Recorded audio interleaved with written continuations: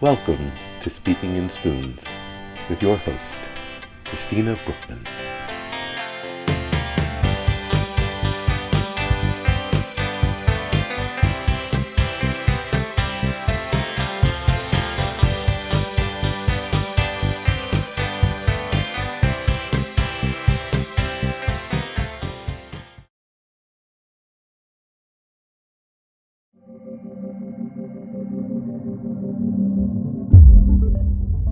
That moment, I arrived at the hospital. I walked right into help. Ehlers Danlos syndrome is like earthquakes. You can have a 1.2 or a 6.4. As a teenager, you think you just have the whole world in your hands and life is just forever long. You believe with all your heart doctors will help, but they are not willing to admit they just don't know the answers. Physicians are taught it's a rare genetic disorder, but it turns out that's not true. It's labeled as an invisible disease. Getting a reasonable diagnosis, all you get told is that it's in your head. You're simply trying to seek attention. And while she may look fine on the outside, on the inside, her body is failing her. We as a medical community, we expect a serious disease to be a serious disease all of the time. But with Ehlers Danlos syndrome, you really have symptoms that fluctuate. I used to be a big jock. Now I basically don't really leave my room. I was having all of these real symptoms that were visible. Would I have ever thought that they would say that she had an eating disorder and was psychological? No. There's a stereotype of the hysterical female. You're crazy. You're pretending. You're lying. They would say instantly, she's complicated. Parents are taking their child from doctor to doctor. They're trying to get this diagnosis. If I can't test it, it doesn't exist.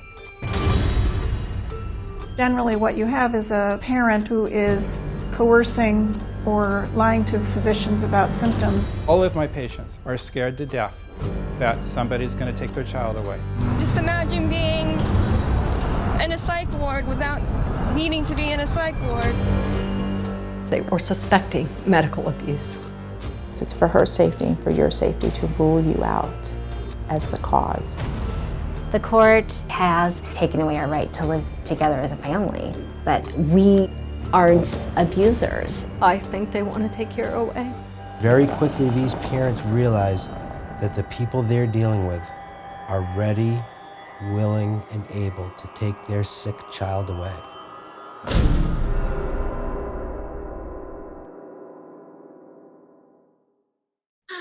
Hi, welcome to Speaking in Spoons, a chronically ill podcast. I'm your host, Christina Brookman, with the handsome co-host, Dr. Nate Straus. And today we are exploring a very interesting topic. We have with us Andrew Abrams from Open Eye Productions to discuss the documentary Complicated. Hi, Andrew. Thank you for being with us. Hi, nice to be here. So Andrew, could you explain? I got so excited when I saw the trailer for Complicated, and for those out there in the Ehlers Danlos or complex condition, or what we get labeled with complex condition, this is an incredibly important documentary for you to be following, and we will have all information on our website regarding Andrew's bio, the company and their information, but also Complicated, and how you would be able to view it. So Andrew, tell us a little bit about what Complicated is about and what drew you to this topic. Okay, so how did I get involved? All right, I'm a filmmaker. I'm a longtime filmmaker, documentary filmmaker, and people always ask me, well, what kind of films do you make? What kind of documentaries do you make? And usually I say I make films about suffering. I say it kind of tongue-in-cheek, but it's actually true. A lot of the topics that I've approached have to do with suffering. Usually it's human suffering, but sometimes a recent film, it's about animal suffering too. And it's what I particularly find fascinating and interesting is the place where the suffering meets the let's call it beauty and thriving and the drive to live, the creation of community, the the power that unleashes in some people, and the possibility that can bring to others. So it's not just like about like getting down into the darkness and shining light on it, although that is an important part of it. It's also about the beauty, and I want to sort of like start out with that, because I think people think that these topics are depressing, and why do we want to look at it? Why do we want to watch a chronically ill podcast of sick people? Right. So that's something that is important to me, and that draws me to these topics is what I find within it, and the people who are in it and who become subjects of the films, and what they can teach me, and by virtue of me, what they can teach everybody else. If I'm sick for a day, I'm miserable. Miserable. And yet the people in my films, and in several of my films, live with that every single day. So so there's a great amount of humility that I have as I approach these subjects. And like I said, the experience of people who are living with chronic conditions, conditions that are not recognized, not diagnosed, that fall through the cracks, I think we need to do a better job at highlighting them and helping them, because nobody wants to live in those conditions, and the people who can are heroes. I think Nate and I would agree. I like to, when people are down, when because I do pro bono, like life coaching. I'm not official yet for our community, but I like to say, you're a warrior. Look at what you live with. You're a warrior. You do this every day. And I like to have a mantra to remind myself of like the worst thing I've had to experience, so that when I survive that, so that anything else that comes up, I can survive that. And then, okay, maybe a new worst thing comes up, but then I have a new mantra. And Nate and I learned so much from the people we talk to. There's a universality and a lot of experiences, but also individuality. And when we're always learning, and I love that you talked about that, because this is such an important subject, because children are suffering, adults are still suffering that haven't been diagnosed, and particularly the families that are being ripped apart just trying to get help for their children. Yeah. So let me get into that, so we can get into actually what the film is about. How it came about. I did a while ago, I did a film called Under Our Skin, which is about Lyme disease. It's about the Lyme disease epidemic. It's about how people with Lyme disease, chronic Lyme disease, are falling through the cracks of the medical system.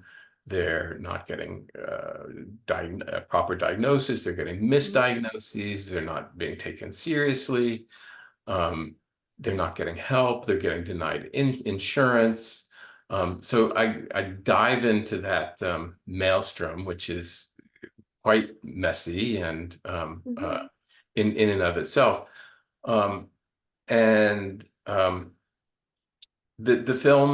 The film made a big difference. It really made an impact on the whole landscape of Lyme disease, and that was in 2008. The film ended up getting shortlisted for the Oscars and had a limited theatrical release. It was in tons of film festivals, so it did really well. It made an impact, and that's what we want of our films, of our documentary films, make an impact. So about 6 or 7 years ago now, I was contacted by someone who was on the board of the Coalition Against Pediatric Pain. And her name is Donna Sullivan, and she's actually become a co-producer of the film. And she said, I saw your film about Lyme disease. I have a subject for you if you're interested. It's in a similar vein. And she told me about Ehlers Danlos syndrome, which I'd know nothing about. I knew nothing about EDS at all. And she talked about how children, especially with children, they were looking at pediatric, because if it's not diagnosed early, you can have a lot of problems, worse problems down the line. Yeah. So basically, it was because it was the kind of thing I would be interested in, shining a light on these kinds of stories that are not seen. And I look at myself as like a sort of typical viewer, because like when I started the Lyme disease film, I was like, I knew about Lyme disease. My sister had it, but I thought she was faking it. And then with this, like, I've never heard of it. I can't believe it. I can't believe kids are not getting diagnosed and their parents are being accused of medical child abuse. I can't believe that. Yeah. How can that be? So the film sort of follows my curiosity. And a film project follows my curiosity. And I like to think that the general public also would be curious and that their eyes will be opened as much as mine were. I think it's great also because it's coming from you from the perspective of someone like you're as an outside perspective learning through the filmmaking. So that is very helpful in the process because like you said, like with your sister and the Lyme disease, it's shocking that the vast majority of doctors, some of them haven't even heard of Ehlers Danlos, but then when they have heard of it, they don't have the correct information, and that causes so many problems.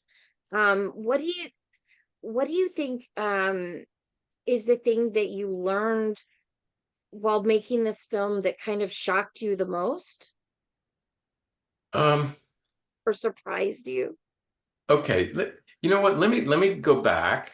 I'm going to get to that by way of saying what the film's about. Okay. Absolutely, yeah.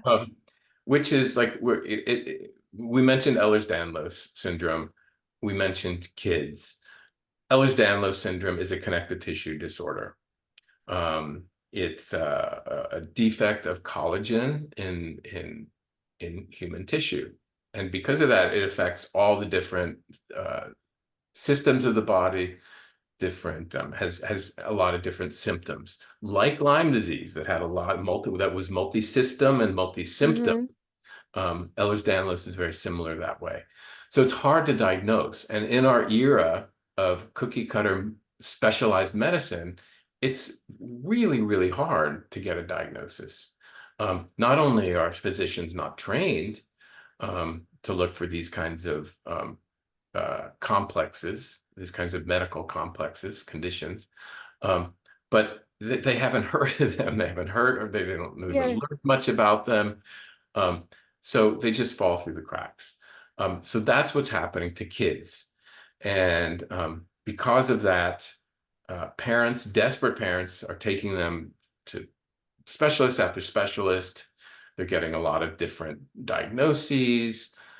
Sometimes they're being told it's all in their head.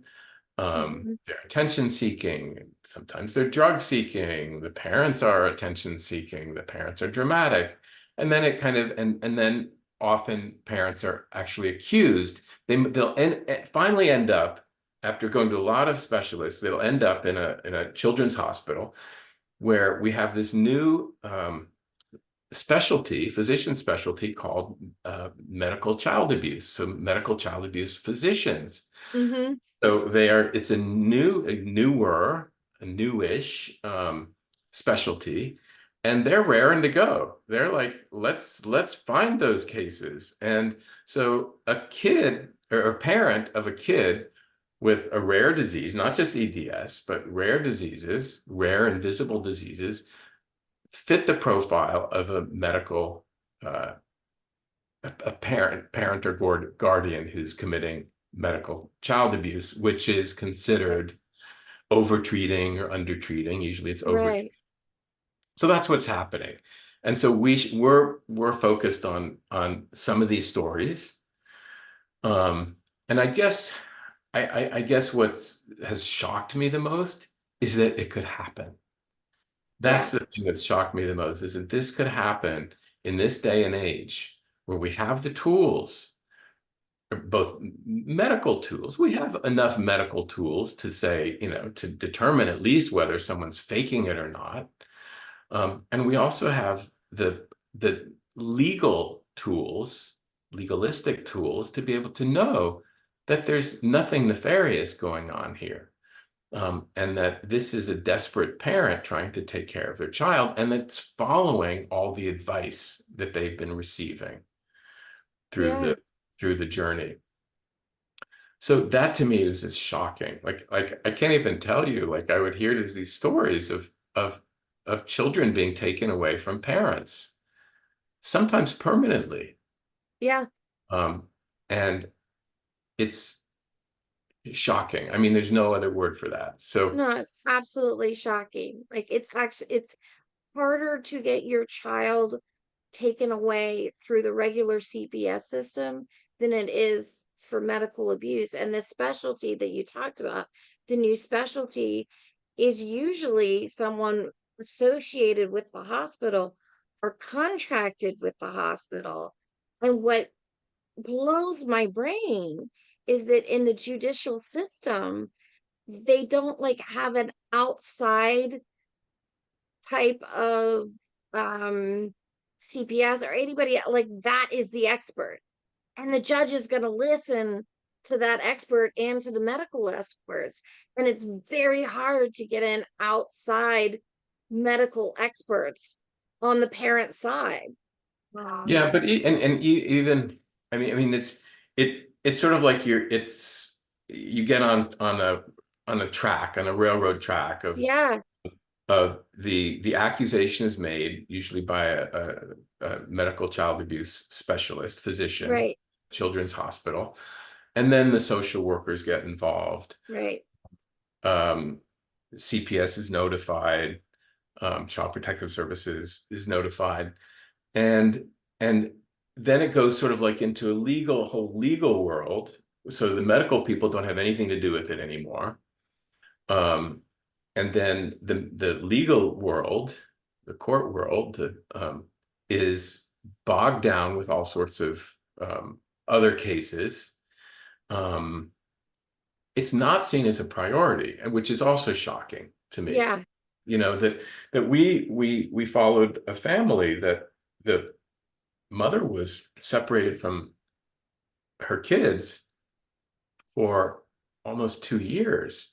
And it was supposed to be like, I can't even remember, like 3 months or something. They actually have deadlines, but the deadlines always get extended. Right.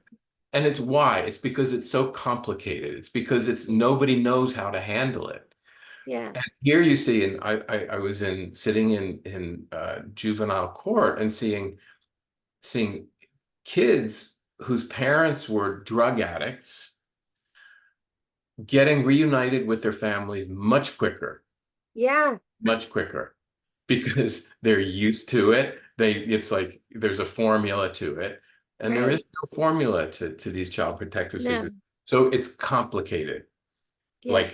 Which is like that word in itself, the name of the film, comes up time and time again, because the diagnosis is complicated.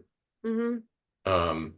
The treatment is complicated. The legal situation becomes complicated. It's like every every place you go along this path, it's complicated, and nobody has the time or the bandwidth to deal with complication. No, yeah, no, I get it. And I mean, I was put in an institution as a teen because I was experiencing physiological conditions that my family was then told were psychological. But I was like, no, I'm having sensory reactions to lights.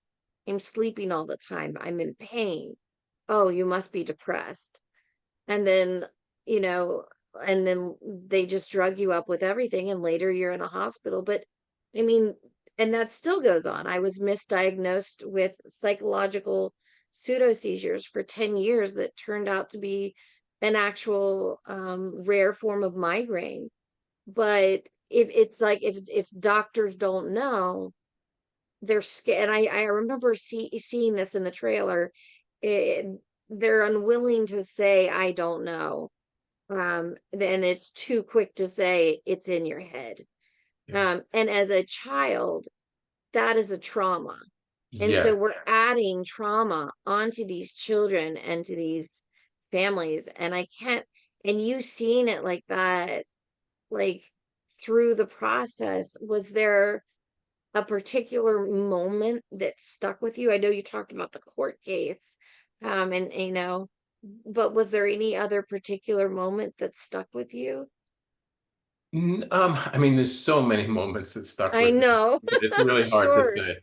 I think, you know, it's a lot of, so much of it is horrible and shocking. And I think one moment was that I want to highlight, which when you talk about the lived experience, and one person that we interviewed has been on pain medication for a long time, and because of that, like the speech is slurred, and you know, and there's a sort of like a glaze. There's I mean, effects of painkiller. And I think people need to know that these kids, these people with Ehlers Danlos syndrome, have intractable pain. Like, it's always there. Yeah. It's always there. You're nodding your head. And I can't imagine that. Like, I had a gallbladder attack a couple weeks ago, and it's like I was in really bad pain for a few hours. Like, oh my effing God, like I can't handle this. I had mine removed 2 weeks ago. Oh my God. But they didn't give me proper pain management. I begged for the pain management team. Usually I'm able to plan things in advance, but this was emergent.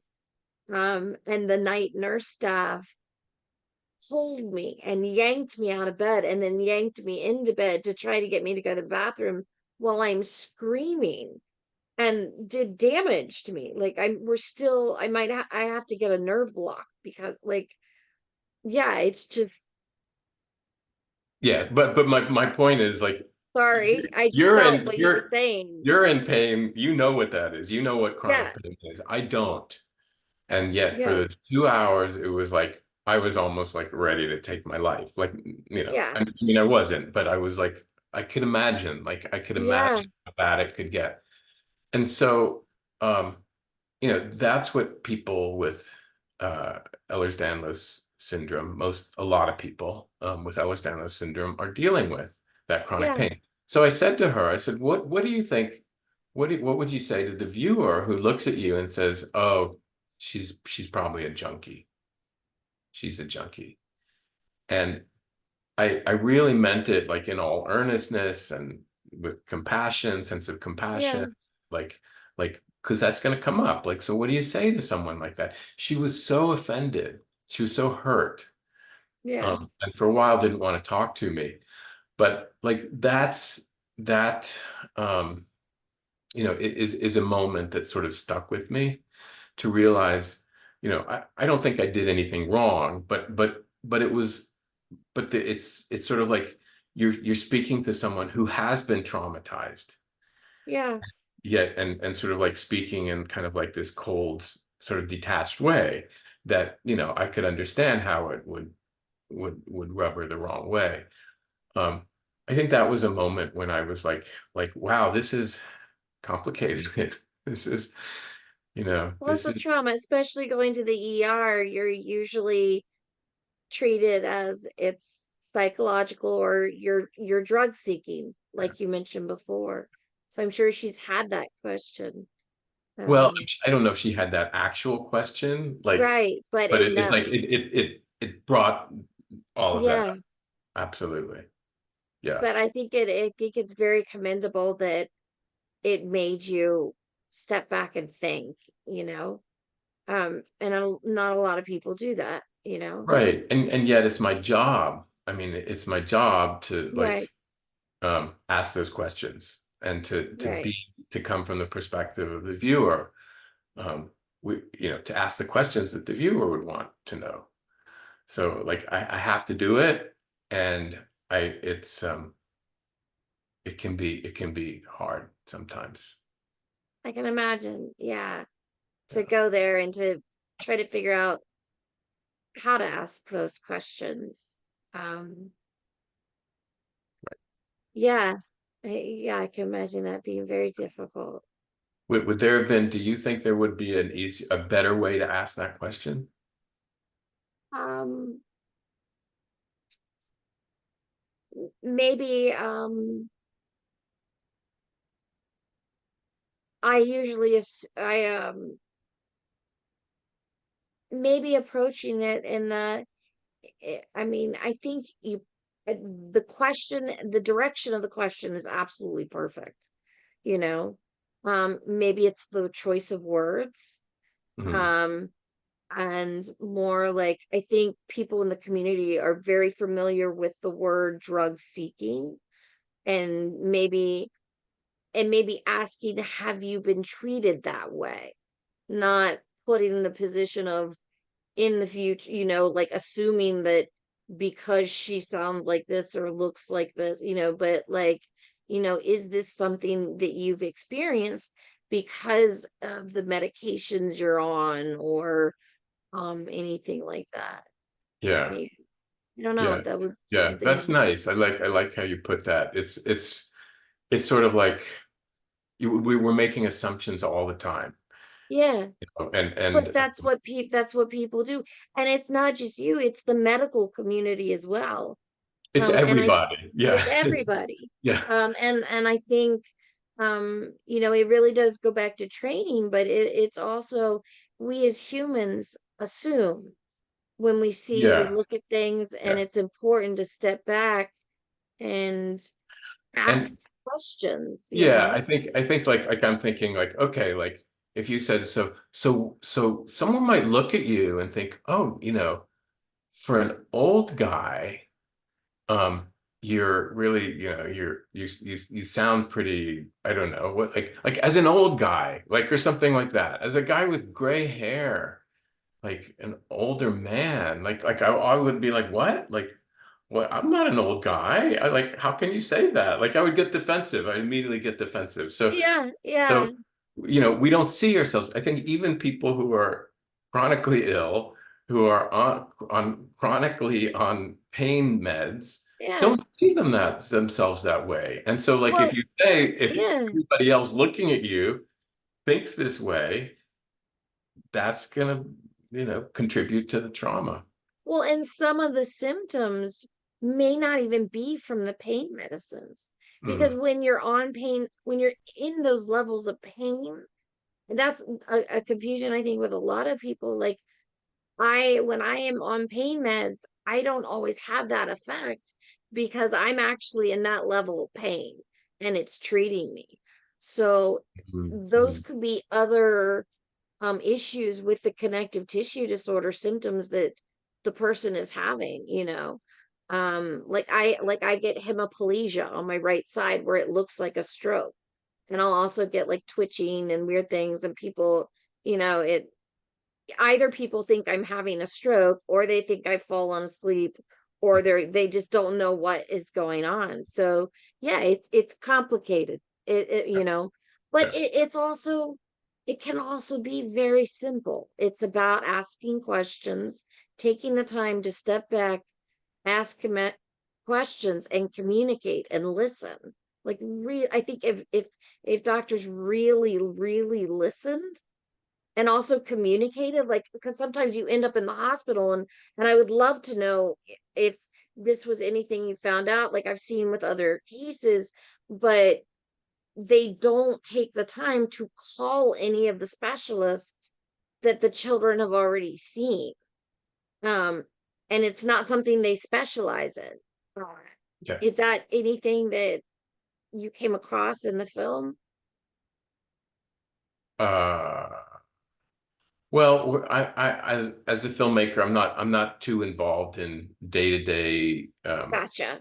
patient care. Like, but I can say that the people that we profiled in the film experienced it all. Like everything we're talking about here right now, plus more. Absolutely. Yeah, I'm sure.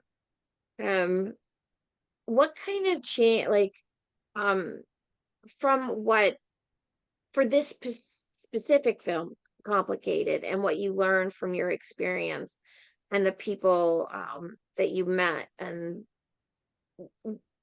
what changes would you like to see happen?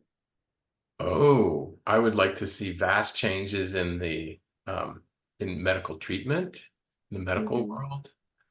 That you know, but this is it's a gigantic issue. Like what I would like to see doesn't just have to do with EDS. Yeah. It also has to do with Lyme disease. Like it has to do with these illnesses, these conditions, which are becoming more and more prevalent, which are more like complexes.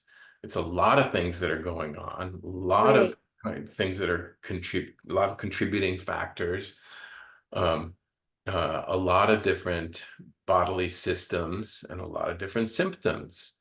So that's what I'd like to see a change in, like how we're looking at illness, how we're looking at illness and how we're looking at medicine. So that's a gigantic, like I don't think our film is going to be able to do that, but it'll, you know, maybe be one drop in the big picture of how we approach illness and medicine. We're just not prepared. It's an atomic way. We look at illnesses in an atomic way, and that it's usually like one pathogen causes one illness, and there's one treatment. So like and one it's just not one that cause. way. And it's not. It's more complicated than that. So our for medical many people, like you said. Yeah, and we're seeing that with long COVID, you know, which is just a little blip on the radar. Like for a minute, it was sort of like, oh, look, you know, like it became a thing. Like, how do we treat these long conditions, these chronic conditions that we don't understand? Right. Which is incredible, because POTS, you know, in the dysautonomia community umbrella has existed, but it's been so, like, nobody really knew about it until long COVID came around. So it's like a silver lining of something horrific that has happened to to the whole world with COVID. So I mean, I would like to see more attention to that, and like big structural changes in terms of how we our medical system in general, how we look at illness and how we treat it in a much more organic way, much more integrated way. But we're stuck in cookie cutter medicine, and it's going to be hard also because of economic incentives and reasons to get out of that. So I'd like to see that change. Specifically, I'd like to see awareness around Ehlers Danlos syndrome. You know, the film, every film needs to have a theme. Like, what's it about? What's the subject? So ours is a little more complicated because it's about Ehlers Danlos syndrome, but it's also about this issue of medical child abuse and what we'll call medical kidnapping, which is taking children away from their parents. And so it's sort of like straddling those two different things. And at the same time, it's a microcosm for a bigger issue for other rare and complex illnesses, like mitochondrial disease, like POTS, like dysautonomia, like a lot of other conditions that have similar, very, very similar trajectories. So it's a microcosm. And I think I want it to be not just for the Ehlers Danlos community, but also for other communities with rare and complicated, invisible illnesses. And we're kind of like a family, to be honest. A lot of us talk to each other, and a lot of them are intersected. So I think this is very exciting to have this awareness and attention to be brought to this, particularly what children are going through, their families, and this issue of the trauma that's happening with the medical abuse accusations. And because there is real, I mean, it really is real child abuse out there, and there is even real medical child abuse, but it's gotten out of hand, and the trauma that how can people see complicated? What ways will they be? The film is not finished. We're in the Correct. process of finishing it right now. We're hoping to have a premiere sometime this summer, but I can't promise that. I'm not sure. We're hoping for festival premiere, and after that we'll see. Then it would probably be on some kind of platform, streaming platform, television network, or like, so we're not sure, but it is almost we're very close to completion, and we will let everybody know when we have anything to share about where it can be seen. And for our followers that are listening and watching, we do have our news section on our website. So we will post updates for information regarding that, and update the individual episode as well. And, we have our special Spoonie Sundays. So I'll do a Spoonie Sunday and let people know any updates for that. And also, I'll just tell people right now, the website is complicatedfilm.com. Great. Or you can also sign up for our newsletter, and you'll get information, updates as well. Wonderful. I know people are going to be really appreciative and grateful for this. Have you considered, since you have talked about how this is more than just one thing, have you considered branching off into other elements of it? You mean for other films, or for the distribution or outreach for part? other films in the future? No. No.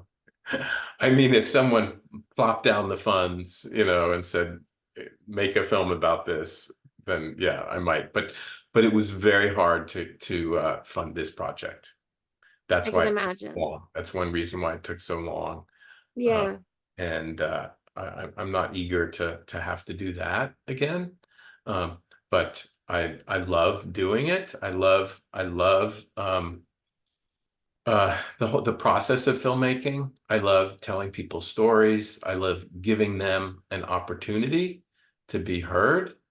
I love both what I can give them, what I can offer them with an outlet to be heard, and I also love what it gives me. It's an honor. I see it as a reciprocal process. It's an honor for me to be able to behold someone's reality, someone's experience, especially something that's so deep and personal and vulnerable. And it touches upon like the darkest moments of their lives. So yes, I take that, I love that process, and I would do it over and over and over. I think I think it's wonderful what you do, because so many people in situations like this feel like their voices are taken away from them. And this is giving them that chance to be heard. And that,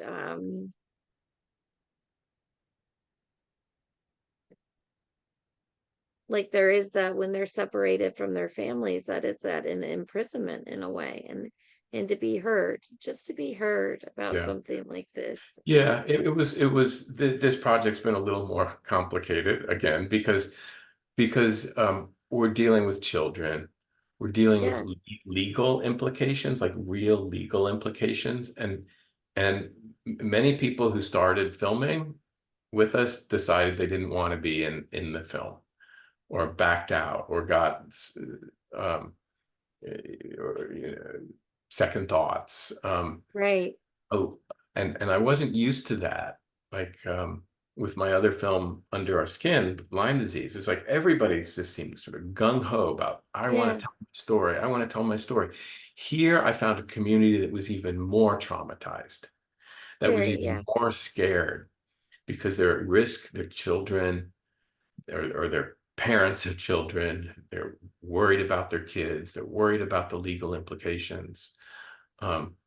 There's even more trauma here, and justifiable. But so it was, on one hand, people, yes, want to tell their story, have their story be heard, make a difference, but they're also, coming at it with a lot of trauma and fear, and it's not so easy. Scared of judgment. Scared of judgment, and legal not just that. I mean, yeah. yes, it's like the legal implications, like I'm afraid that anything I say is going to be used as proof to take my kid away. Yeah. And I can't even imagine that. Nate, did you have any questions? I think mainly, like when I watched the trailer, I saw this sort of what I like. I haven't seen the whole film, obviously, but like from the trailer, it seemed like it was saying that there's this system that doesn't understand what's happening and is unable to sort of like deal with it. So they're just kind of pushing it under this. That was my understanding of watching the trailer. Do you think how do you think people would feel at the end of your film after watching that? Do you think people will be fearful of the medical system, hopeful that maybe things are getting better, or just confused about how this could, I don't know, just I'm trying to figure out the words for what I'm trying to ask. What do you think the overall tone of your film is, I guess? Tone. I think the tone is respectful of these experiences, and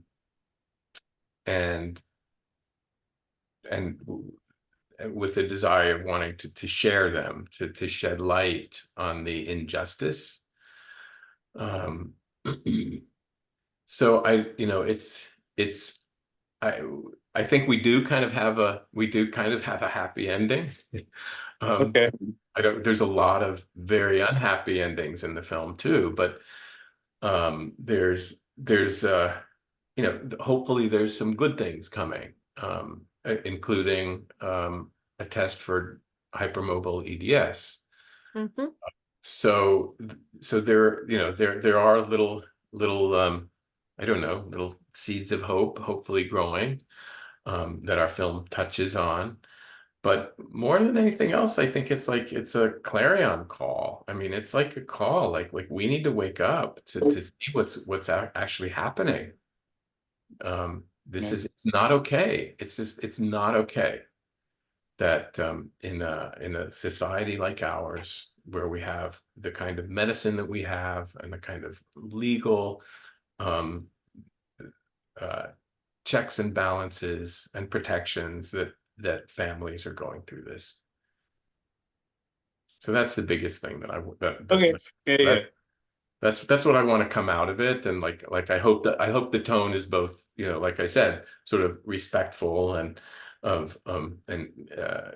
compassionate of these really difficult moments in people's lives, but also activating. So that almost like a call to action. Yeah. Yeah. I forget if you talked, like, did you have like a personal connection to this specific kind of like illness that was sort of your impetus for creating this? Like, I know what, like you said, what drew you to it, but like what's your connection to it? Oh, that's a good question. Because I am drawn to this kind of, I'm drawn to things that are unknown, like right. stories of suffering that are unknown, that are like that we're not seeing, that we're not hearing about. I'm drawn to that. I'm drawn to the mystery. I'm drawn to the questions. I'm trying to, like, why is this happening? I'm drawn from a place of compassion to like want to help. From where all that comes from, I'm not sure, like whether Okay. I have to sort of like dive into my own psychology and pathology to look at that. Beyond the desire to know about suffering and understanding that sort of like that the suffering is something that unites people, like do you have like a personal connection to suffering in general, or maybe just or EDS, or just like or Lyme? Like what is like what's hitting you on a personal level about making films like this?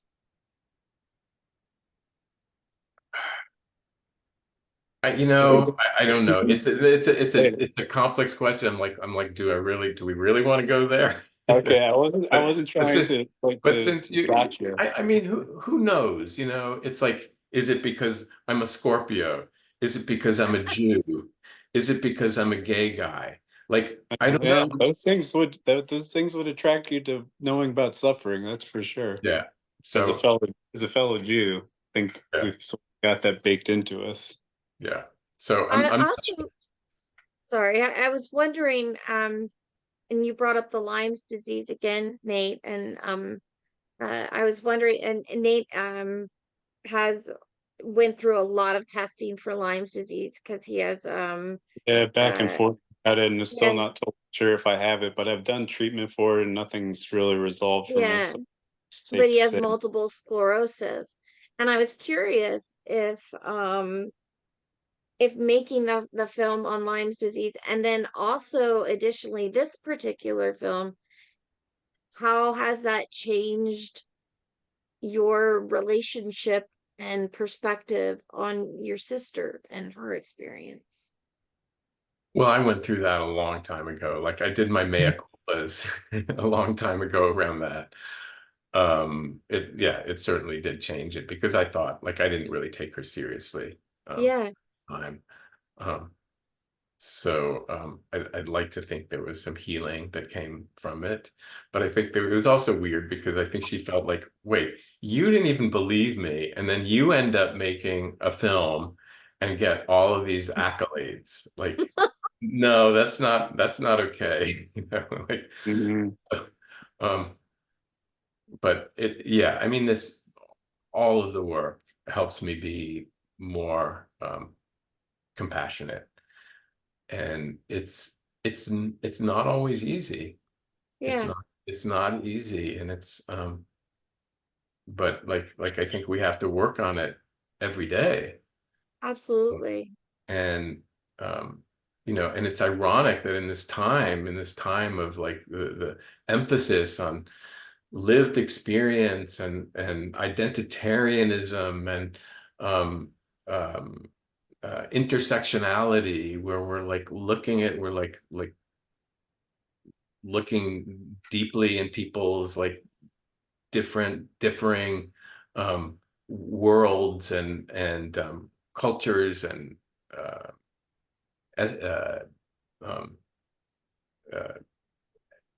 essences, or whatever you want to say, we're putting so much focus on that this is one area which is not really being included in that hierarchy of victimhood. Yeah. It's like there's still a lot of bias, and those lived experiences are not taken seriously a lot of the time. I am so tired of talking with people and hearing the word that they have been told they had conversion disorder over and over and it's like this is not in your head. Your experience is real. Right. And so how can it be that someone can walk into a doctor's office and say, a girl walks in and says, I feel like I'm a boy. And now doctors are trained to say, oh, okay, so you have gender dysmorphia, and you're so we'll treat that. Like that lived experience is taken at face value. But someone who walks in, like a chronically ill person with EDS or any other complex rare disease, and so talks about their experience, and the doctor says, it's all in your head. Like, how can that happen? It is it's not all female, but it's related to estrogen because of collagen. So a lot of those things but I think it's also, we really need to update education. It's what is being taught in medical schools, and there is a lack of hubris and a lack of. But wait, I'm going to stop you there. It's not like this is a societal issue too. Yes. And that's what I'm saying. It's like we've gotten to a point in society where we can treat gender affirming care. Like, look at that, take that at face value. And I'm not making any statements for or against or anything like that, but we can look at that. Yeah. We can look at a child who walks into a doctor's office and says, I think I'm the other sex, with very little questioning. Nobody says, well, we think it's all in your head. We think you have psychological problems. You're not allowed to do that anymore as a physician, but you are allowed as a physician, if someone walks in with EDS, to tell them it's all in their head. And that's not okay. And that touches on the issue that I was bringing up before, about some people call it woke, the identitarian hierarchy of victimhood, in which we are granting recognition to and voice to, and we are accepting those lived experiences. But with children and individuals that have complicated chronic illnesses, we're not giving them that same favor. No, you're too complicated. I think they also often start as invisible illnesses. They may progress to visible, but if you can't see it, people often don't believe it. They think you're faking it. And people will have no idea I'm in pain, because pain is my most constant companion. So a 10 for me means I can't talk anymore.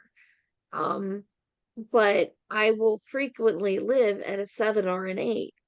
But I don't and I can be bubbly and smiley for 10 or 30 minutes, and people just don't believe that I'm in pain, because it's not something, it's something I'm so used to. And with children, it starts invisible.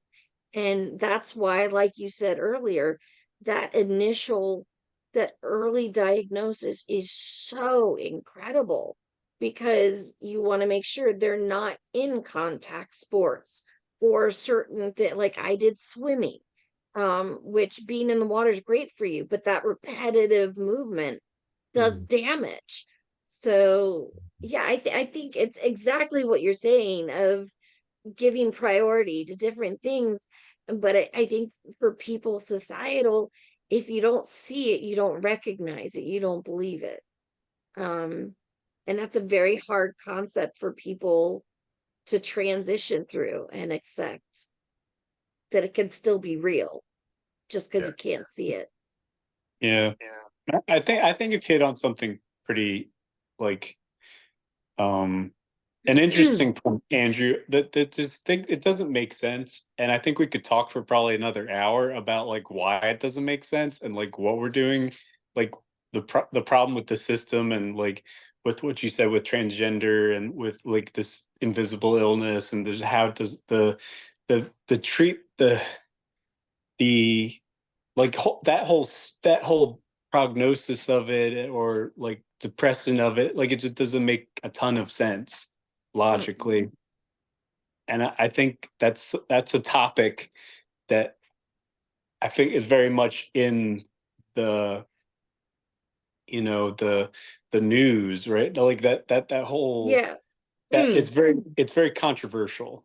And I think that it's an excellent point, and I think it's just not something that we're going to settle here, and it's certainly not That's why something that that's film is so important, right. your documentary, Yeah. just getting a spotlight out, you know. But I mean, it is, but it's like, it's, I mean, our film in itself doesn't address this issue. Like, we have to like take it and then use that as a, you know, as a conversation starter. Like, you know, like we can't do everything in the film.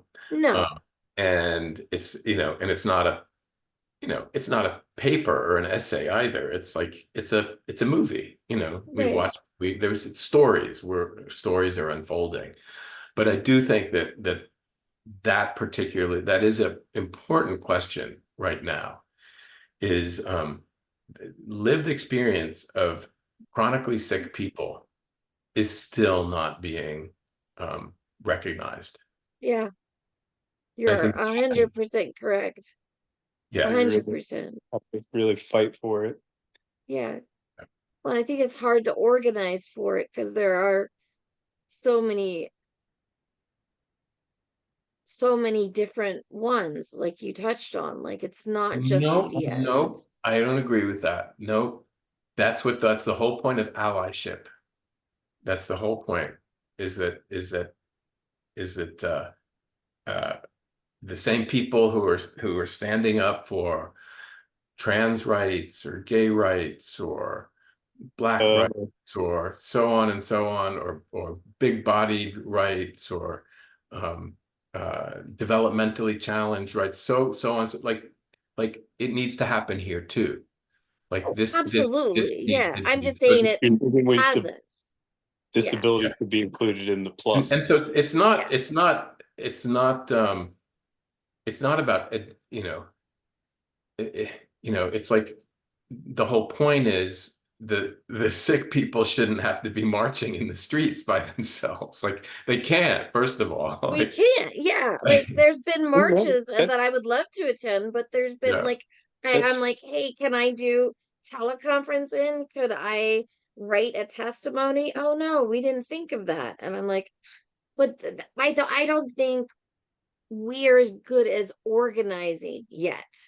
And that is a problem. Like, and because of all of the different, like, we're very separated, and we need to be united, and reach out and get allies. Because there are all of these different disorders, but we have a common thing. We are all chronically ill, and have a lot of shared experience. And if we unite, we're stronger, and we can get more allies. So 100%. Yeah. So are there any final thoughts that you had, Andrew, that you would like to leave our audience with? I'm just so grateful we're both so grateful to have you here and talk about this film and your other work, because I think it's very important what you're doing. Yeah, thank you. I'm excited to share the film when we're actually able to do that. And I'd love for anybody who's viewing this to be sure to sign up for our mailing list, so that or join our Facebook page. It's Complicated the Movie on Facebook. We also have an Instagram account as well, and TikTok, and all the socials. Pretty much. So please go, please sign up, please share our teaser right now. It's we're calling it a teaser. There will be a new trailer that comes out as well. Oh, great. Okay. We will add all of that to the specific page, but we'll also have it at the end of the episode. So if you're listening to this on Spotify or Apple Podcasts, check it out on YouTube as well, because we'll have a special page, like a special page where you can see all of the socials and the links that you can go to sign up and get all the information. Thank you, Andrew. Thank you for being with us. And so stay tuned. Thank you. Bye-bye.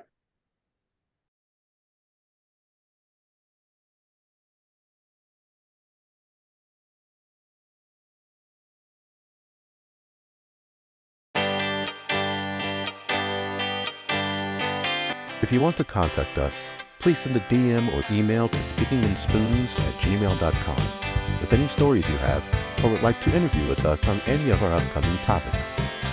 And check out our website for all of our upcoming episodes and what's happening in the Speaking in Spoons community at www.speakinginspoons.com. Thank you for listening to Speaking in Spoons, and have a great day.